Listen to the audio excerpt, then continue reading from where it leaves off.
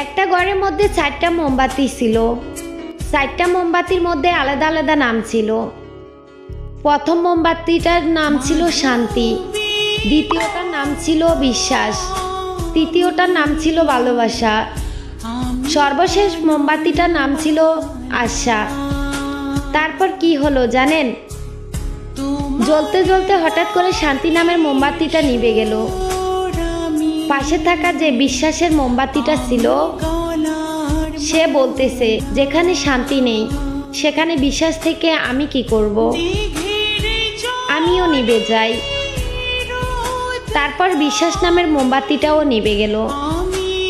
কিছুক্ষণ পরে জ্বলতে জ্বলতে ভালোবাসা নামের মোমবাতিটা বলতেছে, যেখানে শান্তি নেই, যেখানে বিশ্বাস নেই, সেখানে তো ভালোবাসার কোনো মূল্য নেই।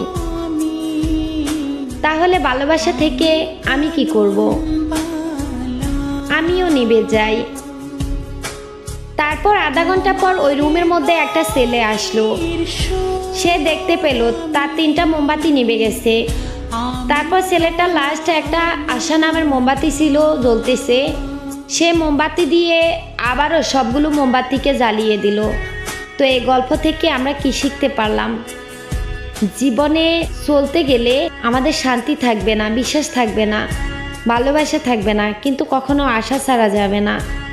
আশা থাকা ভালো, স্বপ্ন দেখো, আর একটা আশা রাখো মনের মধ্যে যে আমি এটা পারবো, আমাকে এটা পারতেই হবে। আপনি জীবনে অনেকবার হেরে যাবেন, নিভে যাবেন, কিন্তু আশা ছাড়া যাবে না। যদি ভিডিওটি ভালো লেগে থাকে তাহলে সাপোর্ট করবেন, আর সুন্দর সুন্দর গল্প পেতে ফলো করবেন।